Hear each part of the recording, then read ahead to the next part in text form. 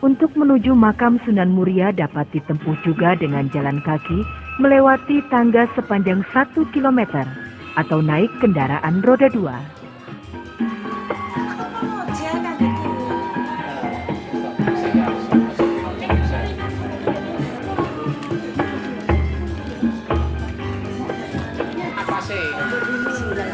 Sunan Muria menyebarkan Islam kepada para penduduk yang tinggal di sekitar Gunung Muria, ke utara sampai Laut Jawa, ke selatan, timur, dan barat meneruskan daerah yang telah diislamkan oleh Sunan Kalijaga, ayah mertuanya.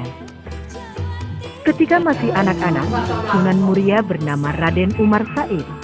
Sebagai anggota Wali Songo, beliau meneruskan juga kesenian wayang, gamelan, dan tembang-tembang seperti yang telah dirintis oleh para pendahulunya sebagai media dakwah yang memang efektif. Pada saat Masjid Agung Demak dibangun, beliau ikut. Tepatnya masjid itu dibangun pada tahun 1477 sampai 1479.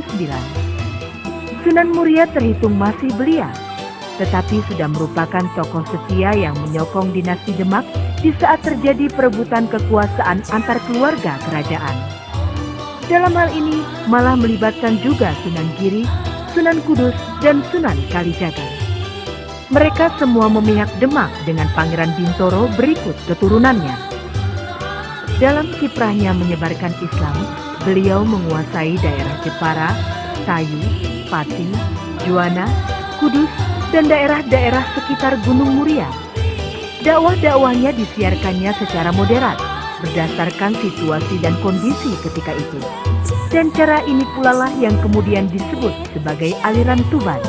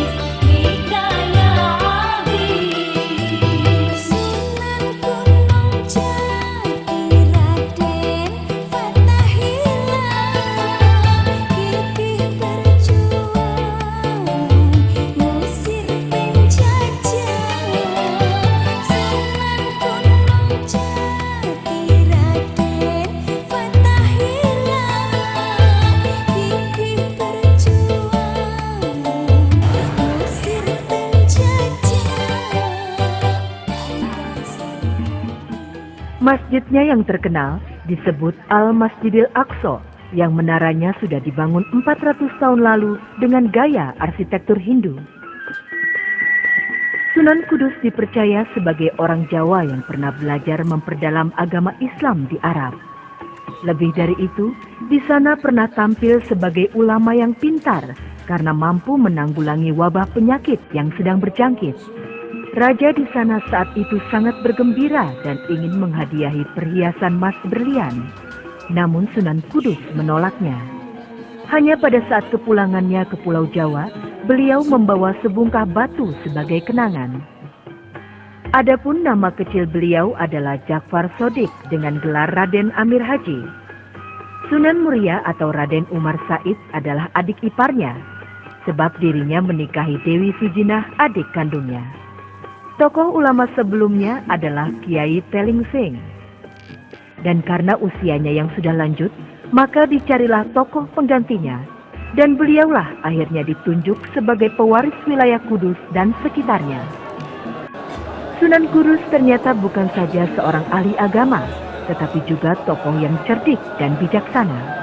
Oleh karena pada saat itu beberapa pengikut agama Hindu masih tersisa, maka pada saat beliau ingin membangun menara masjid, diambillah keputusan. Beliau tidak mau membangun menara seperti yang ada di Arab, sebab dikhawatirkan akan menyinggung atau menyakiti hati orang-orang penganut Hindu. Oleh sebab itulah lalu dibangunnya dengan arsitek campuran antara Hindu dan Islam. Sebagai ulama besar, beliau mempunyai murid, pengikut dan penganut yang banyak, juga menghasilkan tokoh-tokoh agama ke masa-masa berikutnya. Sunan Kudus wafat pada tahun 1550 Masehi.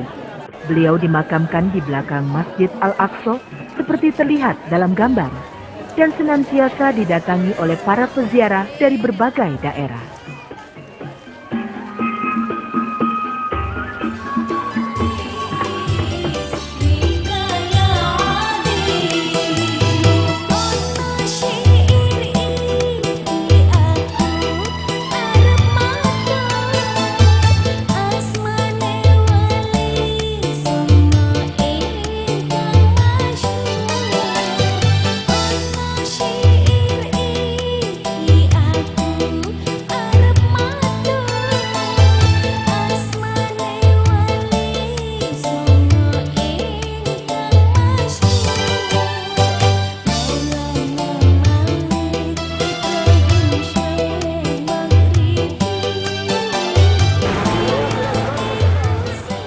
Makam dan Masjid Sunan Kalijogo terletak di Desa Kadilangu, 3 km di sebelah utara Demak.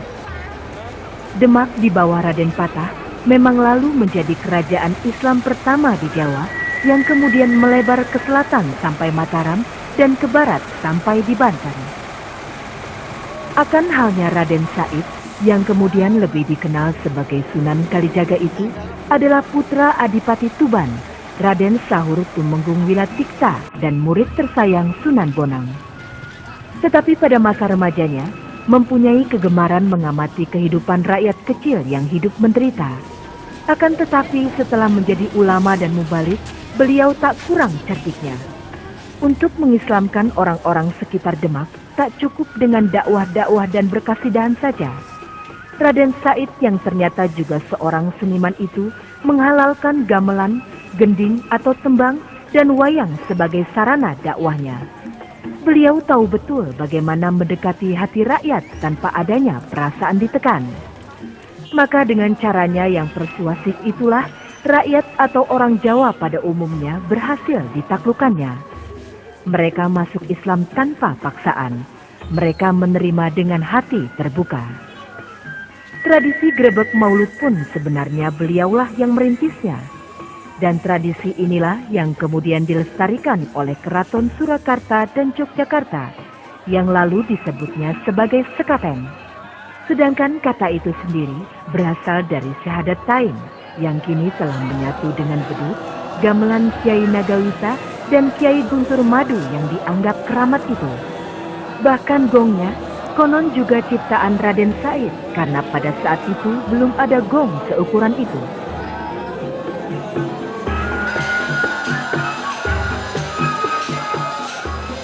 Mengapa lalu disebut Sunan Kalijogo?